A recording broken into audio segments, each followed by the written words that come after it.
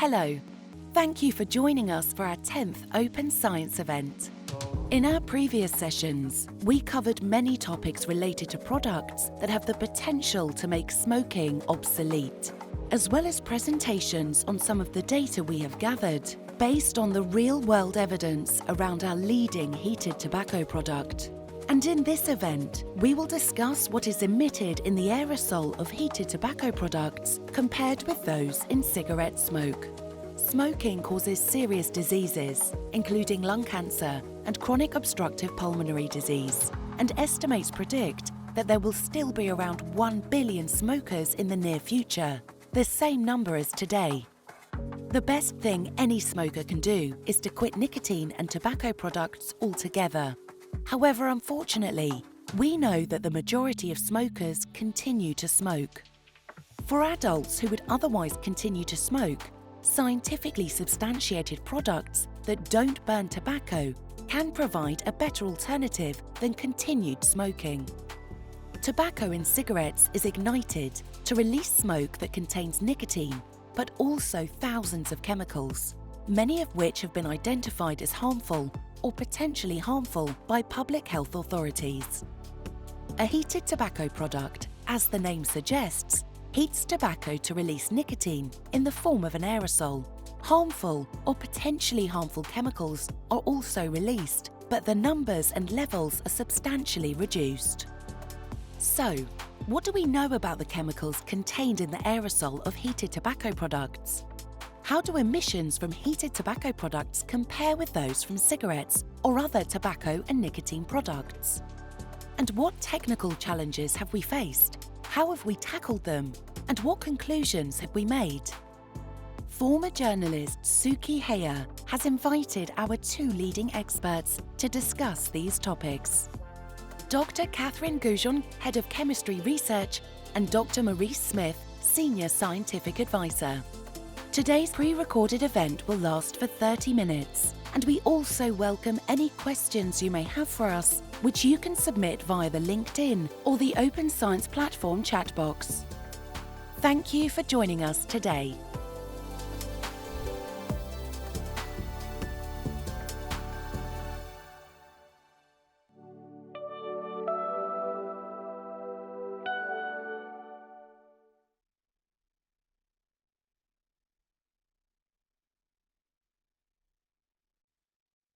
Hello and welcome to this 10th Open Science event, where we will be doing a deep dive into the aerosol produced by the tobacco heating system and whether it differs from cigarette smoke. It's an important distinction and one which consumers of tobacco will be interested to hear.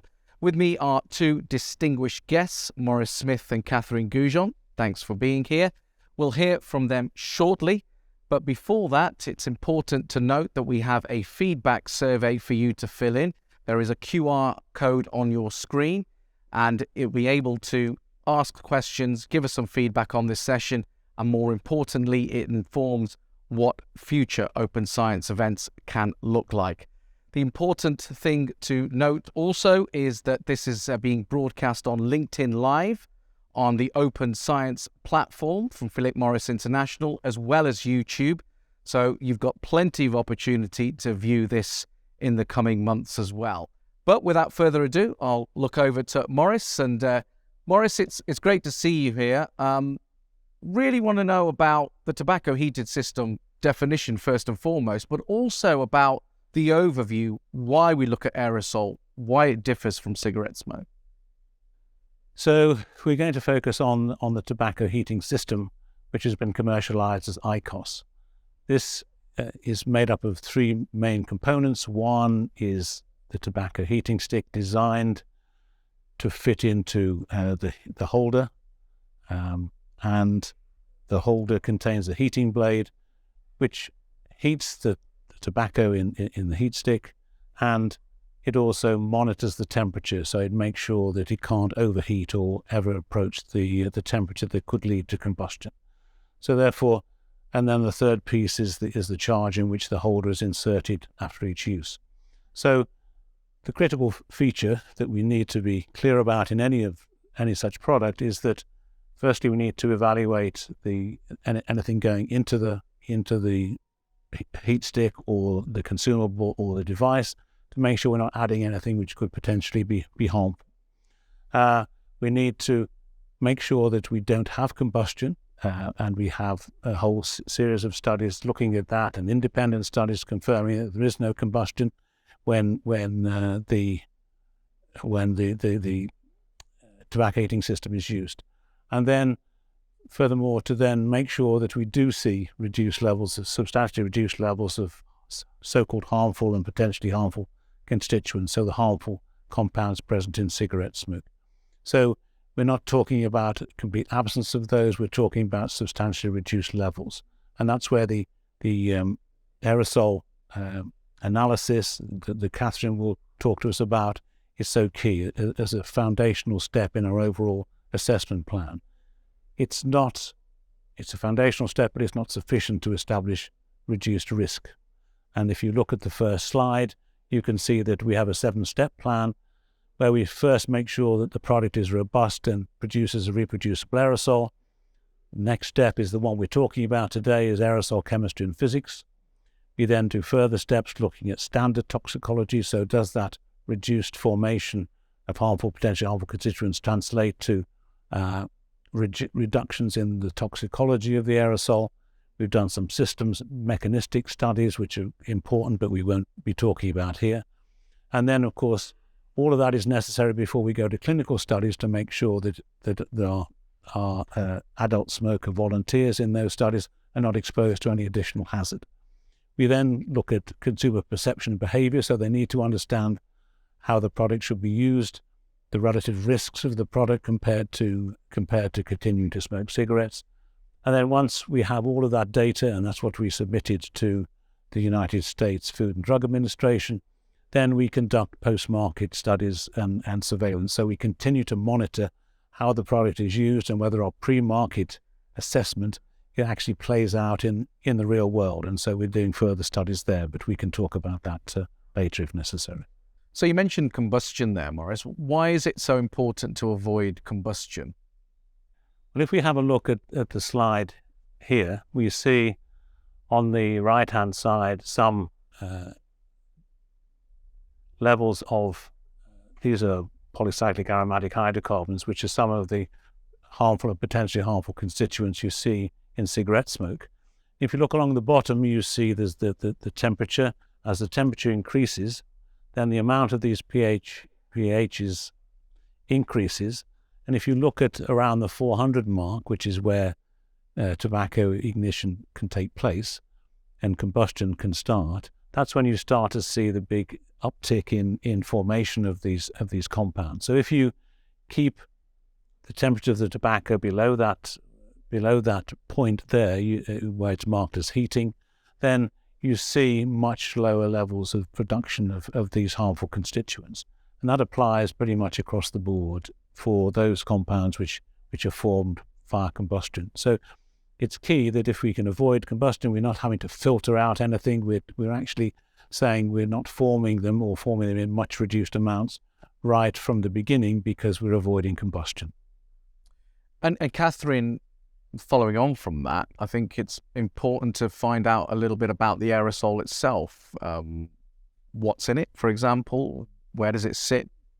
And what are the important factors to note about the aerosol? So before going in details on what is in the aerosol of a tobacco heated system, I'm proposing to have a short video to give a demonstration on how we use a product, how we generate an aerosol, and how this aerosol is collected. It gives a good visual representation already on what makes a difference between smoke of cigarette and aerosol of tobacco heated system. Okay, let's take a look. This demonstration will allow you to see the significant differences between burning the tobacco in a cigarette compared to the tobacco aerosol generated when tobacco is heated in the tobacco heating system. My colleague starts the demonstration by inserting a tobacco stick into the tobacco heating system holder and placing it as well as a cigarette. the tobacco heating system holder is turned on and the cigarette is lit. The aerosol of the tobacco heating system and cigarette smoke will go through the glass tubes, and the tobacco aerosol and cigarette smoke will be captured on the white-colored laboratory filter pads. Looking at the glass tubes, you can see smoke from a cigarette in one and tobacco aerosol from tobacco heating system in the other. You will notice a difference in the color of the cigarette smoke in the back, formed from burning tobacco, compared to the color of the tobacco aerosol in the front, formed when tobacco is heated in tobacco heating system. Now that the demonstration is finished, you can compare the chemical composition of the two laboratory filter pads. So, as you saw on the video, visually, you already a big difference on the aspect. And it's first due to the composition of the aerosol, which is composed of more than 90% of water and glycerin, whereas the tobacco cigarette is composed in the smoke of 50% of this water and glycerin, meaning that you have much more compounds present in tobacco smoke, above 4,800 compounds are found above a certain threshold. And in tobacco heated system, we were able to detect approximately 500 chemicals in the aerosol. So you already have a difference qualitatively speaking. That's a huge difference. That must have, in the research when you were doing that must have been one of those sort of eureka moments. It's a huge difference, and it's mainly due to the level of reduction that we have with our product. As Maurice mentioned before, harmful and potentially harmful constituents are generated at high temperature, and when you control this temperature, you do not start to generate species who are increasing significantly in cigarette smoke. Moreover, what is also extremely important, and this is assessment that we do even beyond the standard aerosol chemistry, is to look also around important species and reactive species. I will give two examples today. One species that we look at are radicals, and this species is present in tobacco smoke, whereas it was not quantifiable in the THS aerosol. Something also that is coming and known coming from the combustion is carbon-based solid particles. And you need to know that in smoke of cigarettes, you detect billions of those solid particles insoluble, whereas they are not detected in the tobacco heated system. And this is due to the fact that we do not have combustion in this product. Are there any chemicals, are there any sort of HPHCs, as you call them, that are prevalent in the aerosol that aren't in tobacco smoke? And if there are, what are they? So we do run sophisticated aerosol characterization. So we were able to characterize more than 98% of the total mass of the aerosol. And this is what you can see on this screen. So it gives you an idea of the number of chemicals you may find in the tobacco smoke on the left side, where you have this forest of speck, and this is a representation of the smoke. Whereas on the right, you have some peaks which are appearing. And what is important there is to identify those peaks and to discuss with the toxicologist to evaluate if those analytes detected have a toxicity based on the chemical structure, but also based on the concentration of the peak. And here we provided some example of toxicants that you may find from regulatory list, which give an idea of the level of reduction per toxicant that we can have in tobacco heated system compared to cigarette smoke. So those peaks that you talk about there, in layman's terms, those are what? What are they? Are they kind of harmful, for example? So there are compounds that can be harmful, but again, you look at level of concentration, and what is important is to look at the reduction compared to cigarette smoke. So this is, I will come back later on. what is also important to mention when we compare tobacco-heated aerosol, it's on commercial products. So there are products which are flavored, and we always compare to cigarette, reference cigarette, which is unflavored. So back to your question, is there any new peaks or new compounds? There are a few, but they are coming from flavored, and we are also able to detect and identify them. So we have always a name behind the different peaks that you see on the screen. Okay. Maurice, is there anything that you wanted to add about that? Just to bring you... No, I mean, I think it's really important that we do this comprehensive analysis, because if there are compounds that are present in the tobacco heating system aerosol compared to cigarette smoke, then we need to know about it. And I think Catherine's demonstrated very clearly how we do that.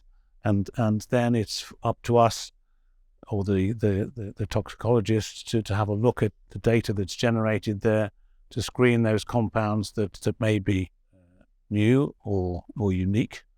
But as Catherine's already explained, most of those are coming from the different flavorings because of the comparison with the reference cigarette, which doesn't contain flavors. So that we look at the toxicological assessment of those individual compounds, build up a picture, identify those which could be of concern. And we identified 4 compounds which raised a concern because of their structure. We looked very carefully at how much was present in the aerosol. They were all at very low levels, in the nanogram range. And so we could then calculate that these were below the threshold of toxicological concern. So, I mean, I don't need to go into explain that whole concept, but basically, the risk is minute, when you have those sort of levels. And this was supported also by the US FDA, again, to say that, yes, they also saw that we detected those compounds, and it was their belief that didn't outweigh the substantial reduction that we see in the other harmful and potentially harmful constituents. And I think you're going to talk to us about the potential lists that we have that contain all these compounds and elements, and there's a difference there as well. Can you explain why? So, depending on the regulatory agency, we have to provide an assessment of what we call targeted compound. And those are compounds coming from and known as toxicant in the cigarette smoke, and providing disease like cancer or cardiovascular disease. So all those lists coming from Health Canada, Food, Drug and Administration list, from World Health Organization, are looking at really those toxicants where we know are bringing a toxicity. Again, depends on the concentration. So it's our duty to pass through those lists and look at what is the reduction of all those toxicants in the aerosol of tobacco heated system compared to cigarette smoke. And I think what is very important to know is that whatever the list, we screen from the 93 compounds the FDA listed to the WH9 list, we are always on average between 90 and 95% of toxicant. And that is covering what, the FDA list as well, would you say, the 93? Because your list is different, and people might be wondering why. Why is there such a difference in the numbers? So FDA 93 list is the most complete list of a lot of analytes in many chemical classes. We have, I would say, our own list, which is somehow a representative list of the different chemicals that you may find in the smoke of cigarettes. So it's combining FDA, WHO 18, and Health Canada list, plus some analyses that we consider matter also for our assessment. What is also important is that, again, we conducted a full assessment through those lists, and if people are interested to look at the reduction analyte per analyte, they can really go to the list and look at specific analyte and the reduction. Again, we always look at reduction on average, and the reduction on average, whatever the list, is between 90 and 95%. Okay. Another question that's come up, and this is probably more for you, Maurice, is about the levels of or the amount of tobacco, for example, that's contained in a heat stick compared to a cigarette, there looks to be a stark difference between both. Does that impact the results in any way? I mean, if you compare a heat stick with a conventional typical cigarette, then you see there's a difference typically in size and dimensions. But that's not impacting, it's not the size or the amount of tobacco that's impacting, it's how the product is actually used and consumed. So when the tobacco in the heat stick is heated, it generates a nicotine-containing aerosol, which provides sufficient nicotine for a smoker to be able to find the product satisfying. And you don't get the side stream smoke, the smouldering of tobacco that you get in a cigarette. So the aerosol is sufficient to help smokers transition away from using cigarettes, but it also provides them with a satisfying product. But it's not the amount of tobacco that makes the difference. It's really that the product is used and not consumed in the same way as a cigarette. So, Catherine, just following on from that, I think people would like to know how you can replicate the sort of the puffing regimes of the human body in terms of how they consume tobacco and make sure that your results are quite accurate in that sense. Is that possible? Can you do that? So there are protocols really fixed on puffing regime, the duration of puff, the number of puff, and we need to comply with those protocol in order to provide list of toxicants present in tobacco heater system. So we have different puffing regime that we need to test.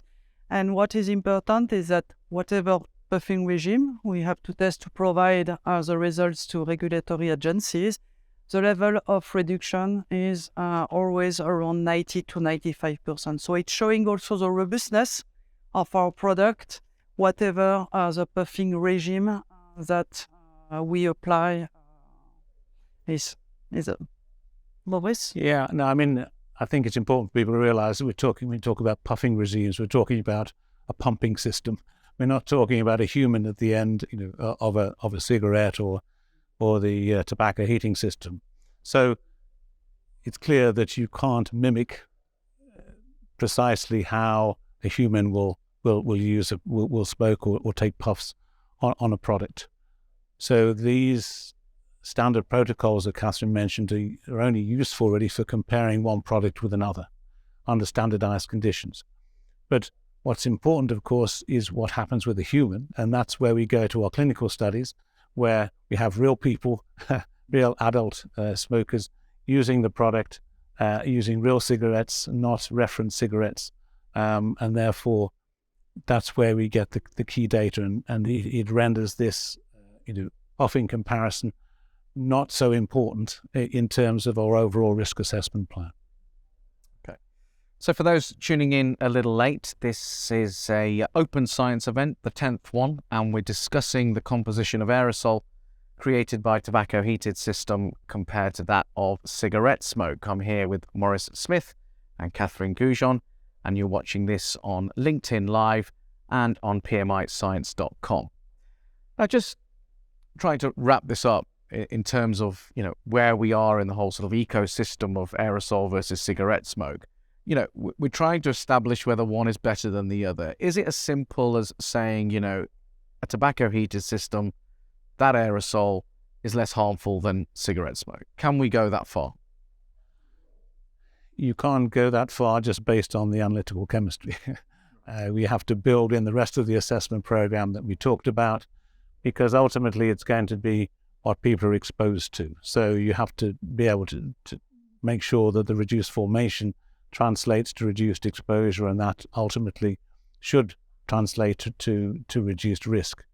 But there's a number of steps in that overall process. So it's critical to see reduced formation. If you don't see that, then the rest of it is not going to happen.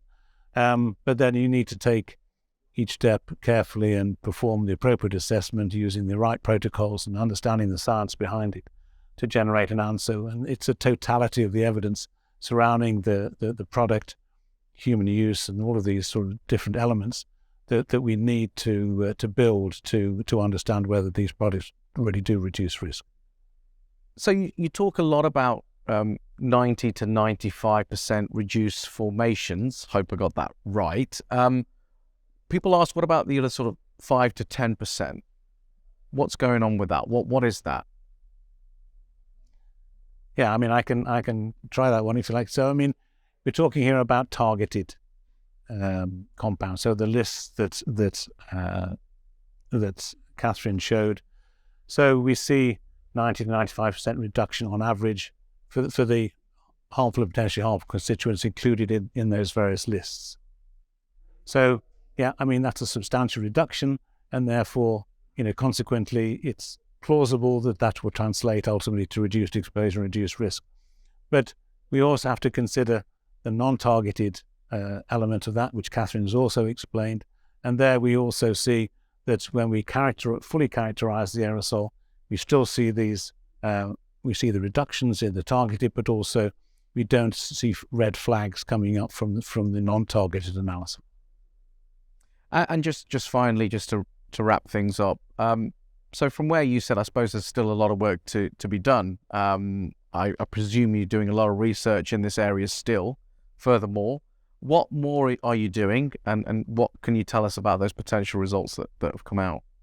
So I will build from a previous answer of Maurice. We are still improving the product, so looking at the formation of the toxicants, understanding the mechanism of formation, help us to come with products that are even further reduced than the existing version we are today. So it's part of further development we run. And analytically speaking, it's a world that is changing and evolving quite fast. So we need to stay at the state of the art of the science and make sure that we continue lower our limit of detection to continue our characterization at maximum the aerosol of our product. And at the top of this, Maurice, we talked about what impact this could have on consumers of tobacco. At the end of the day, we're saying it's potentially less harmful than cigarettes. Now, why are we still in the potential world, if you like? Why aren't we there yet? Yeah, I mean, it's an important question. So for adults who smoke, then it's important that we can offer them better alternatives. But to be able to be sure that they are better alternatives, then we need to have the full assessment program that we talked about. Ultimately, we'd like to, as our chairman says, consign cigarettes to the museum so that they're not used anymore, and to only have better products available, and that's foreseeable in the not too distant future.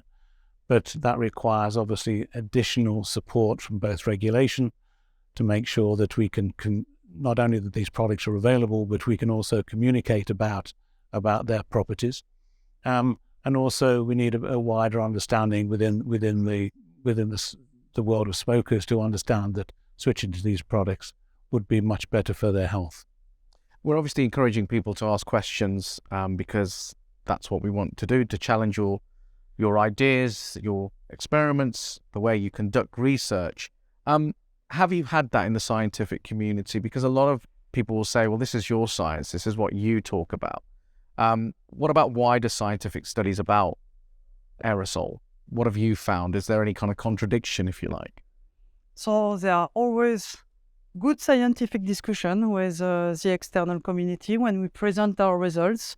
We published, so meaning that our papers are reviewed, they are accepted from the science we do generate. So having this transparency via our scientific article, via the conferences that we do, and via also our website, PMI Science, help also to engage with scientists. And it's very fruitful discussion. It's really curiosity from the external community about our product. And when we talk scientist to scientist, it's very powerful discussion.